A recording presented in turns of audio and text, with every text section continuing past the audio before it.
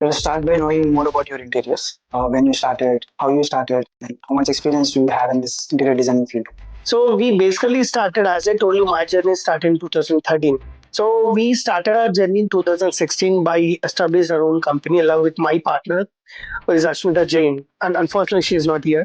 So she went for other clients meeting also. We both have started with a completely like in a work from home. To be frank, we started with a basic investment and all this. We try to figure out the clients in the market. We used to do the domestic. I mean, the domestic. We can say it as a residential, corporate, commercial, as well as government projects also. How will you start the process? Like first step, and there are certain number of steps, right? So how will you start that? So the process is like they'll find out like in a post 50% or the pre 50%. There are two process something like we could able to give them the tentative quotation. If the budget is fitting into their pocket, we'll proceed forward to design and as well as the site visits and all. Yeah, sometimes clients may not couldn't take a decision right? What the color combination should I choose like that? So how will you help those in those situations? We always try to make the clients to understand the durability and the long term. For example, if I would like to highlight this room, so I don't go for any dark colors, as well as I don't consider like highlighting the particular walls and all these things because it's a durable part. So we have to think in a longer run.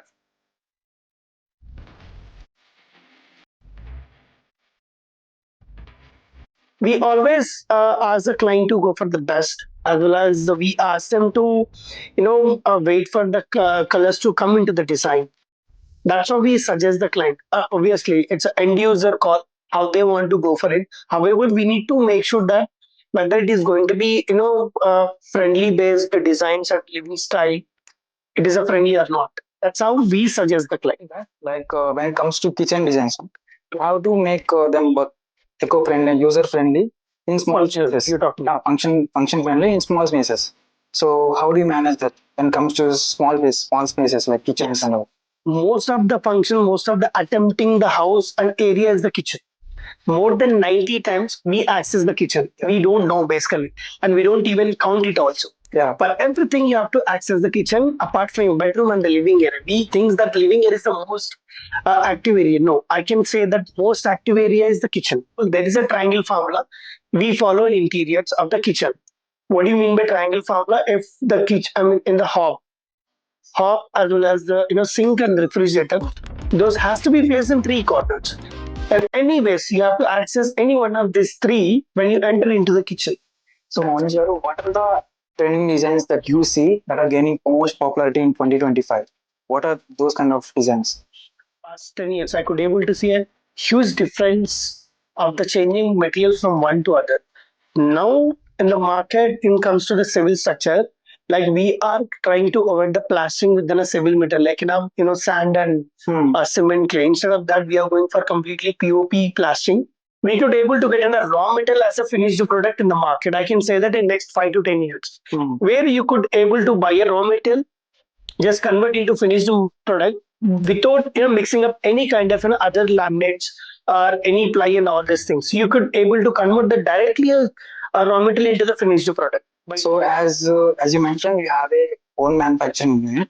So when it comes to manufacturing products and designs and all, how you manage the quality and how you reduce the wastage because all the raw material will cost high. So how you manage to reduce the wastage?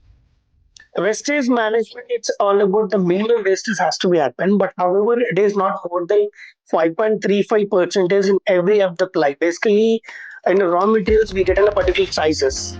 When we are talking about the wastage, there are particular wastage we could able to convert into some finished product.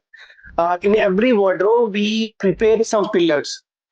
How much experience those labor have? There are so many interior designers same like you in Hyderabad. So what is so much special that you have that makes you different completely from others? Why the client or why the people has to choose this Bunique Avenues? I can say that we definitely follow some standards as I mentioned in earlier question also like standard operating procedure. We make sure of the quality, durability, and we are more into accountable. This is a key point where everybody and every interiors miss, and also everything over here is transparent. you could not able to find out any described material details in everybody's quotation, and we call this quotation or estimation, but we honestly and we transparently put it in this quotation. So main thing is, if I'm a client, I have to find you. How could I find you and where could I find you? We are into social media. We can find it on website www.buniqueavenues.co.in, and also we have Insta page and Facebook and everywhere we are. And we could able to contact directly on the number. It is 24 by 7 active. However, we are working from morning 10 to 7. So we are spread around in all the websites, like a popular one around me, one of the social platform where we could able to see the more active in that. We could able to find out the qualified clients over there also. Earlier we used to get cold callings and all this. Now we could able to see that filter one. I'm so happy that hearing from you that you're completely satisfied with us. And thank you so much, sir. It's nice to have an interview. Thank you.